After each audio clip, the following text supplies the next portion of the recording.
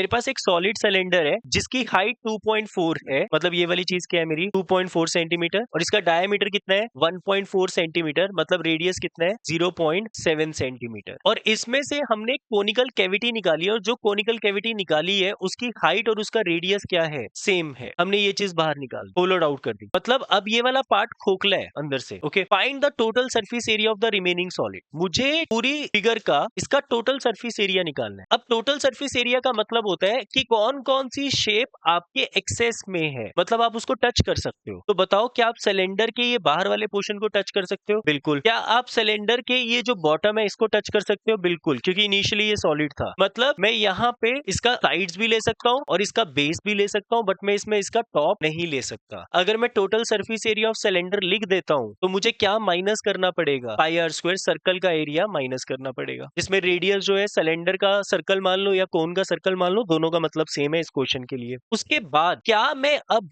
इसके इस वाले पार्ट को टच कर सकता हूं? तो CSA ऑफ कोन, क्योंकि कोन का सिर्फ साइड वाला पार्ट ही मेरे एक्सेस में है, टॉप वहां से खाली है, तो CSA ऑफ कोन। अब मैं ये इसको ऐड करूंगा या सब्ट्रैक्ट करूंगा? ऐड करूंगा। सब्ट्रैक्ट करोगे तो गलती हो जाएगी। ये कंफ्यूजन क्यों होती है वो मैं एक्सप्लेन करता हूँ। ये कंफ्यूजन इसलिए होती है क्योंकि जब आप वॉल्यूम वाला क्वेश्चन करते हो तब आप सब्ट्रैक्ट करते हो, क्योंकि वो हमने चीज निकाल दी है। तो जब मैं कोन में से, अगर सपोज ये वुडन सिलेंडर होता और वुडन सिलेंडर को मैं इसमें से कोन निकाल रहा हूं, तो मुझे वुड का वॉल्यूम निकालना है, तो उस केस में मैं वॉल्यूम ऑफ सिलेंडर में से वॉल्यूम ऑफ कोन को क्या करूंगा, माइनस। बट इस केस में जब मैंने इसको निकाला तो इसका सरफेस एरिया पहले से ज्यादा बढ़ गया, मतलब अब इसका सिलेंडर का कर्व सरफेस एरिया भी यूज हो रहा है, सिलेंडर का बॉटम भी यूज हो रहा है, और जो कोन मैंने होलोड आउट की है वो भी अब मेरे एक्सेस में है, मतलब वो वाली चीज भी एरिया एक्स्ट्रा ऐड होगी। तो जिसने कोन का एरिया माइनस किया है वो गड़बड़ कर रहे हैं इस क्वेश्चन में। TSA ऑफ सिलेंडर क्या होता है,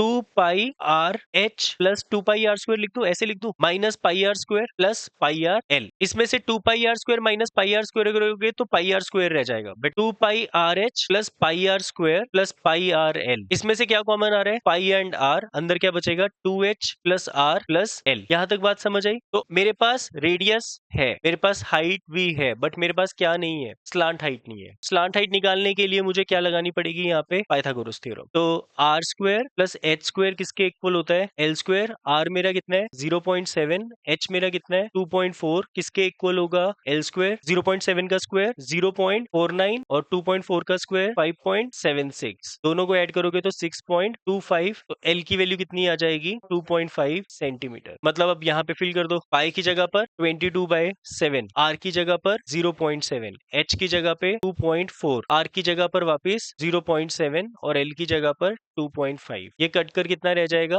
0.1, 22 से मल्टीप्लाई होगा तो कितना आ जाएगा 2.2, 4.8 प्लस 3.2, तो 2.2 इंटू 10 और 8 आ जाएगा 17.6 सेंटीमीटर स्क्वायर। मुझे वो बोल रहा था कि नियरेस्ट सेंटीमीटर स्क्वायर में निकालो, तो नियरेस्ट सेंटीमीटर स्क्वायर में ये कितना हो जाएगा 18 सेंटीमीटर स्क्वायर।